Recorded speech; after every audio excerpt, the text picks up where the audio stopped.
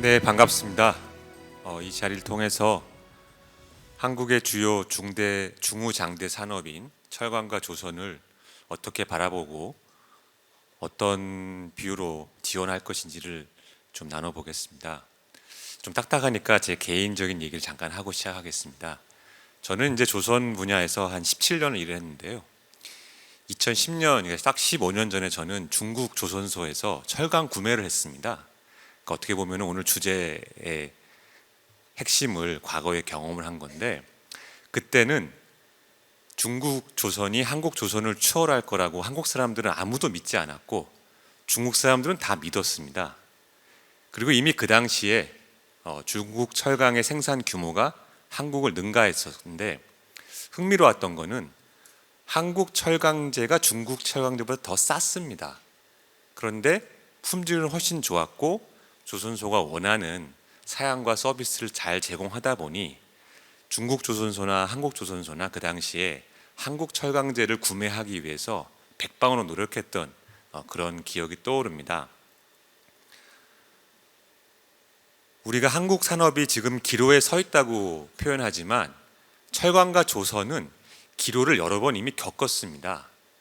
위기 상황을 이미 겪었고 조선은 2015년, 16년, 17년, 18년, 4년 동안에 아주 큰 어려움을 겪어서 조선 3사가 재직 인원의 절반 정도를 구조조정을 했고 저도 그때 회사를 나올 수밖에 없었습니다. 그래서 지금 다른 일을 하고 있지만 철강과 조선이 우리의 갖고 있는 중요성을 보면 이 산업은 과거 특히 철강은 산업의 기반이고 쌀이었습니다. 지금 반도체를 그렇게 표현하지만 우리가 철강제를 국내에 생산함으로써 건물을 싸게 지을 수 있었고 기계 장비를 싸게 만들 수 있었고 조선에 들어가는 철판을 한국에서 만들므로써 비용을 아끼고 경쟁력을 확보했습니다. 철강과 조선은 그 이후에 서로 시너지를 냈습니다. 우리나라 철강 산업을 잘 생각해 보면 우리나라는 철광석도 나지 않고요, 석탄도 나지를 않습니다. 철강을 만들 수 있는 고품질에. 그럼 어떻게 우리가 철강 산업을 세계적으로 발전을 시켰느냐? 어떻게 이 두 산업이 GDP에서 지난 거의 20년 동안 꾸준하게 7, 8%의 기여를 하면서 국내 경제를 일으켰는데, 그 이유는 엄청나게 많은 대규모의 철광석과 석탄을 해외에서 수입을 해서 국내 해안에 아주 대규모 산업단지를 만들고 가격을 낮추고 최첨단의 기술을 도입했던 것입니다. 그리고 거기서 나오는 쇠를 가지고 그 철강 산업이 필요한 배, 거대한 배를 또 국내에서 잘 만들어서 이 두 가지가 시너지를 내면서 지난 30년 정도 철강과 조선은 각각 세계 넘버원의 지위를 유지했었습니다. 그리고 어떤 분들은 그런 말씀도 하십니다. 더 이상 3만 불, 4만 불 소득 시대에 철강과 조선은 좀 힘든 거 아니냐, 그렇게 볼 수 있습니다. 하지만 수도권에 사는 우리는 잘 모르지만 지방에서 철강과 조선은 그 지역의 핵심입니다. 요즘 포항의 경기가 매우 좋지를 않습니다. 왜냐? 지난 50년간 큰 문제 없었던 포항제철이 요즘 굉장히 많이 어렵습니다. 그리고 당진의 현대제철 공장 몇 개는 이미 가동을 중지했습니다. 그러면 지역 경제에 직격탄이 되고요, 지역의 청년들은 희망을 잃고 내가 과연 일을 해서 공부를 해서 어디에 취직을 하고 생계를 유지할 것인가 고민하게 됩니다. 중무장대 산업의 특징은 공장을 해외에 옮기기가 매우 어렵습니다. 한번 이 공장을 짓고 나면은 거기서 나오는 산물은 무겁기 때문에 수출하는 데도 한계가 있습니다. 그러다 보니까 국내 생산을 해서 국내의 경기에 많이 좌우가 되고요, 그 다음에 해외에서 수출보다는 해외에서 이 중후장대 산업, 철강이 필요한 철광석과 석탄을 수입할 때의 가격이 매우 중요합니다. 그런데 불행히도 과거 10년간 이 글로벌 경제와 지정학적 리스크 측면에서 지속적으로 글로벌 경제가 불안정해지고 지정학적 리스크가 증가하고 있습니다. 그러다 보니까 철강 산업 같은 경우에는 특히 2022년, 2023년에는 매우 어려움을 겪었는데 글로벌하게 석탄 가격이 최대 4배까지 급등하면서 연료비가 폭등했던 거죠. 연료비가 폭등하면 자동차나 조선업에서 싸게 철판과 소재를 공급해달라고 해도 할 방법이 없습니다. 그러다 보니까 마진이 원래 이렇게 높은 산업이 아닌데 대규모의 연료를 원자재를 수입해서 가공하는 산업인데 글로벌 경제가 흔들리고 거기다가 수입 관세랄지 환율이 흔들리면 굉장히 어려움을 겪게 됩니다. 조선은 환율에 있어서 원화 약세가 되면 매우 유리합니다. 1,400원 이상의 원달러 환율을 가질 때는 조선은 매우 해피한데 철강은 어떨까요?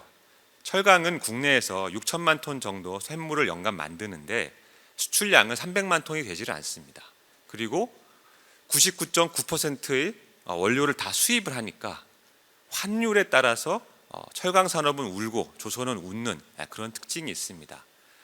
철강 산업을 위해서는 거시 경제를 안정화시키고 환율을 안정적으로 가져가는 것이 매우 중요합니다. 철강 산업은 2010년이 피크였습니다. 그때 포스코의 주가가 지금 기억하실지 모르겠지만 현재보다도 3배 이상 높았고요. 워런 버핏이 한국 철강 산업에 대거 투자했던 것이 2007년입니다. 영업이익률이 20% 이상 됐었고 기술 측면, 생산 양의 측면, 점유율 측면 모두 그 당시가 피크였습니다. 그런데 그 이후에 철강 산업 또 조선 산업은 어려움을 겪었는데 철강 산업의 구조적인 문제점은 중국입니다. 중국이 전 세계 철강 생산량의 절반 이상을 현재도 뽑고 있고 놀랍게도 중국의 생산 능력은 전 세계 모든 수요를 다 충족할 수 있습니다. 그러니까 중국의 고질적인 과잉 생산 능력 이것이 철강 산업의 문제점입니다. 그럼 중국은 왜 그렇게 제철소를 많이 지었느냐? 아까 말씀드렸듯이 제철이라는 것은 수출이 어렵다 보니까 그 자국 내의 수요가 얼마나 발생하는지가 중요합니다. 미국, 일본, 한국, 중국 다 근대화와 산업화 과정에서 철강 소요가 많았습니다. 우리가 사는 아파트도 철근과 콘크리트로 만드는 것이고요. 자동차, 기계, 도로, 교량 대부분이 다 쇠가 들어가는데 이 급격한 도시화와 근대화 과정에서 막대한 철 수요가 발생을 하고 중국이 지난 30년간 수많은 도시를 짓고 아파트를 짓고 도로를 짓고 공장을 짓다 보니 어마어마하게 많이 쇠를 만들었습니다. 그런데 지금은 중국도 그러한 고속의 근대화를 어느 정도 마무리 짓고 첨단 산업 위주로 바뀌는 간 지가 이제 10년 정도 됐습니다. 그럼 그 사이에 전 세계 철강 수요는 천천히 느는데 중국이 그동안 자국 내에 구축한 막대한 철강 생산 능력을 해소할 방법이 없습니다. 중국은 그래서 제강 생산 능력을 지속적으로 줄이고 있습니다. 늘리고 있는 게 아니고 줄이고 있지만 그럼에도 불구하고 너무나 많은 중국의 철강 생산 때문에 구조적으로 이렇게 항상 20-30% 철강 생산 능력이 남아 돌다 보니 철강 이 전체 산업에서 가격이 언제든지 폭락할 수 있는 그런 리스크를 안고 있고 원자재 가격이 변동되고 또한 새로 등장한 보호 무역주의로 인해서 어려움을 겪고 있습니다. 그럼 어떻게 해야겠느냐? 첫 번째는 수요를 다변화해야 됩니다. 자국 내에 범용적인 철강 제품 위주에서 탈피를 해서 새롭게 성장하는 지역, 새롭게 성장하는 산업에 철강제를 공급해야 됩니다. 미국의 새롭게 현대제철과 포스코가 합작해서 철강제 공장을 짓기로 한 것은 사실 한국 입장에서 한국의 일자리 입장에서는 좀 아쉬움이 있지만 산업 측면에서는 좋은 결정이고 이러한 과감한 해외 투자를 더 많이 해야 됩니다. 수요가 있는 곳에 제철소가 가야 되고요. 그런 측면에서 현재 인도네시아, 인도, 미국, 남미 등지에 우리가 과거 제철소를 짓기도 했고 또 그 외에 전 세계 다양한 자동차 공장 바로 옆에 가공센터를 짓고 철강제를 공급하고 있지만 이러한 글로벌 네트워크를 더 확대해야 됩니다. 두 번째는 에너지 전환을 맞이해서 재생에너지나 전기차, 전기화, 전동화에 따른 여러 가지 새로운 수요가 많이 발생하고 있습니다.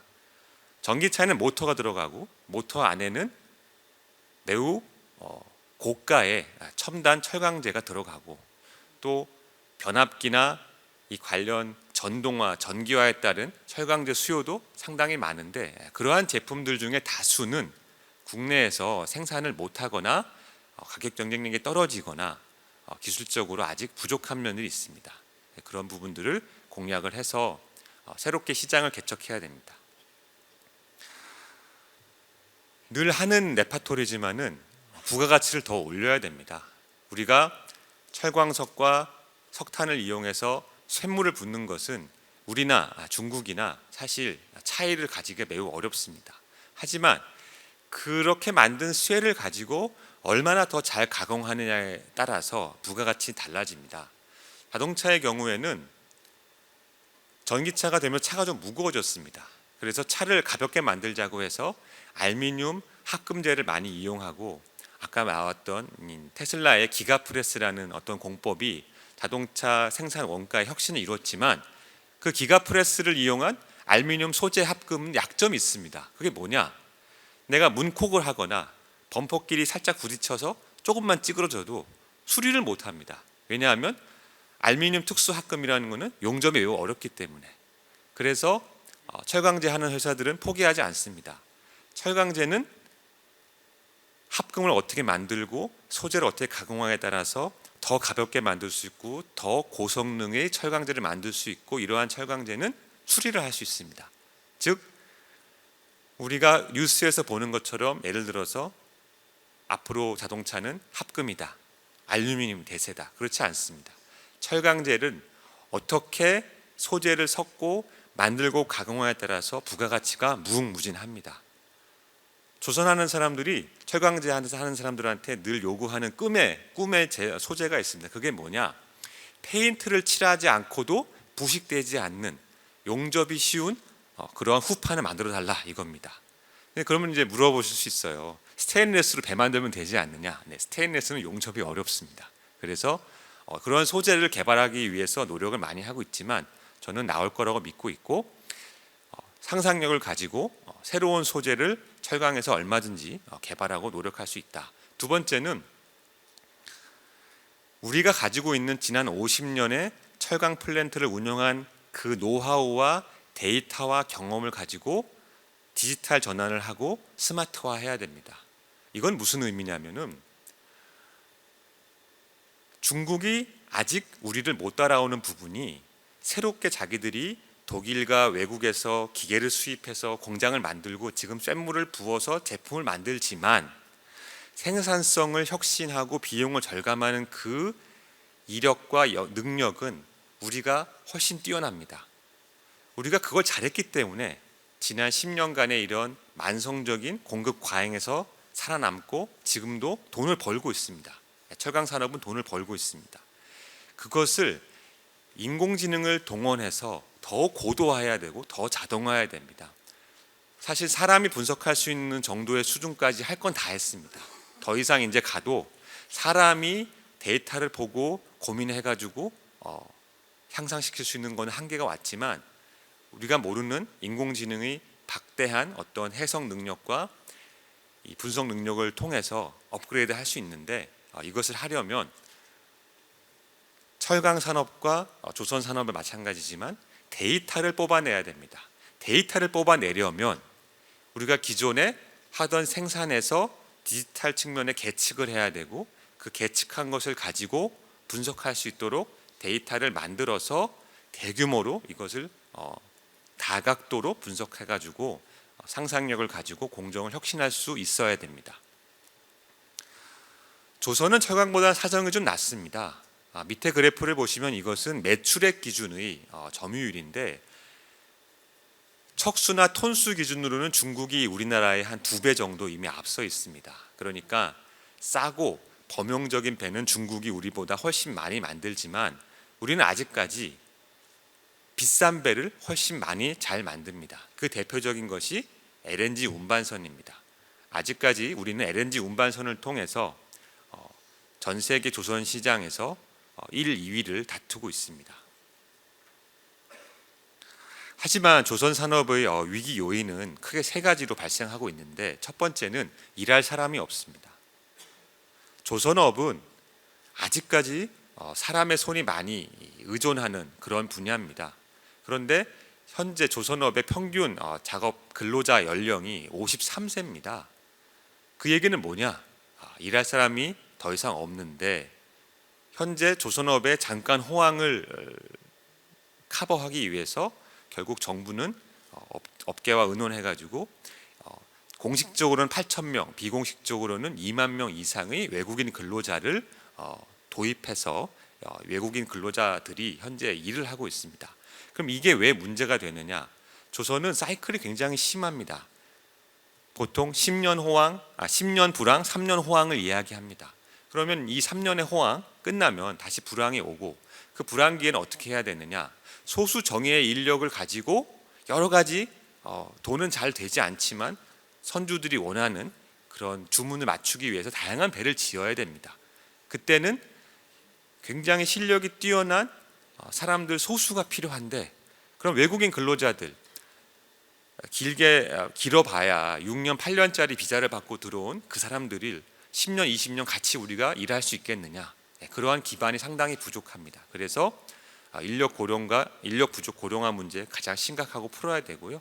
그 다음에 글로벌 전체적으로 이 선박의 탈탄소화 흐름 때문에 기술 경쟁이 심화되고 있습니다.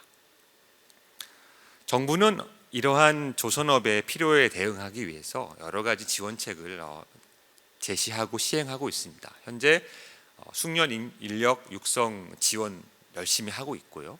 그다음에 친환경과 스마트 선박 R&D를 위해서 연간 6천억에서 8천억 원 이상의 자금을 투입하고 있습니다. 이 자금을 가지고 조선 3사도 기술을 개발하고 있고, 중소조선소도 개발을 하고 있고, 대학의 학부, 대학원생 연구소들이 이 돈을 받아서 관련된 과목을 개설하고 연구 개발을 지속적으로 하고 있습니다. 저는 이러한 노력을 통해서 한국 조선업이 기술 경쟁력을 지속적으로 유지할 거라고 보고 있습니다. 또 하나 중요한 것은 조선업은 전략 산업입니다. 각 국가들이 자국의 해운 산업을 발전시키기 위해서 배를 대규모로 수입을 하고 우리나라한테 발주를 의뢰할 때는 금융 패키지가 항상 붙습니다. 그러면 지금까지는 우리나라가 수출입은행이나 산업은행을 통해서 또 민간 투자를 통해서 상당히 좋은 조건의 금융 패키지를 제공했었습니다. 그럼 앞으로도 이렇게 할 수 있을 것이냐? 국내의 거시 경제나 금융의 여건이 좋지 않기 때문에 이 부분에 여력이 떨어지고 있는데, 이 부분에 어떤 지원책을 잘 유지를 해서 특히 친환경적인 선박을 원하는 국내외의 선사들이 배를 원할 때 그 배는 현재 일반적인 디젤 쓰는 배보다 약간 비싸기 때문에 많은 과감한 금융 지원이 필요합니다. 기업 전략 측면에서는 저는 중간에 글로벌 협력 네트워크가 가장 중요하다고 봅니다. 철강도 마찬가지고 조선도 마찬가지인데, 그동안은 상당히 한국적인 산업이었습니다. 한국 안에서 공장이 한국에 있고 한국의 사람들이 우리끼리 잘 해보자, 세계 1위를 우리의 힘으로 하지 않았느냐. 저는 이제는 바뀌었다고 봅니다. 특히 조선 같은 경우에는 외국인의 도움이 없이는 더 이상 배를 당장 만들 수 없는 지경에 이르렀기 때문에 글로벌 인재들을 적극적으로 유치하고, 그 다음에 세계에 나가서 세계 각지에 조선소를 짓고 제철소를 짓고, 한국에 있는 또 이 남아있는 시설들을 허브로 활용해가지고 글로벌 네트워크를 통해서 새로운 수요를 창출하고 기존의 국내 시설의 경쟁력을 높일 수 있어야 합니다. 산업 공통적으로는 친환경 전환과 ESG 경영의 요구를 잘 무시해서는 안 됩니다.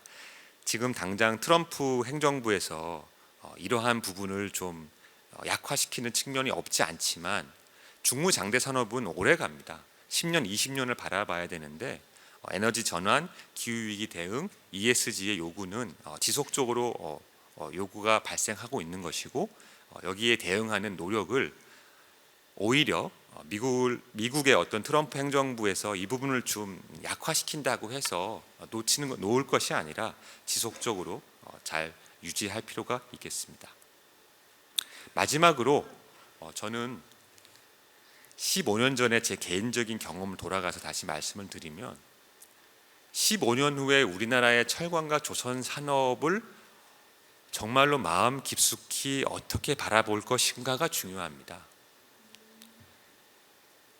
게임이 끝났다고 믿으면 정말 게임은 끝난 겁니다. 그런데 아니다. 포기할 수 없고 잘 해왔고 우리가 활용하지 못한 숨어있는 우리의 그동안의 경험과 노하우와 데이터가 얼마든지 있고 이것을 잘 발굴해서 새로운 혁신을 이룰 수 있다라고 우리가 믿어야 합니다. 그 믿음이 없이는 사람들이 젊은이들이 이 산업에 투신하지 않고 새로운 인재가 없으면 산업 발전하지 않습니다. 그래서 저는 여러 가지 정책과 기업들의 노력 다 좋지만 여기에 참여하시고 이 방송을 보시는 분들부터 한국 K산업의 저력을 믿고 철강과 조선 산업이 향후 15년에도 세계 1위 자리를 유지할 것이라고 힘을 실어주시면 좋겠습니다. 감사합니다.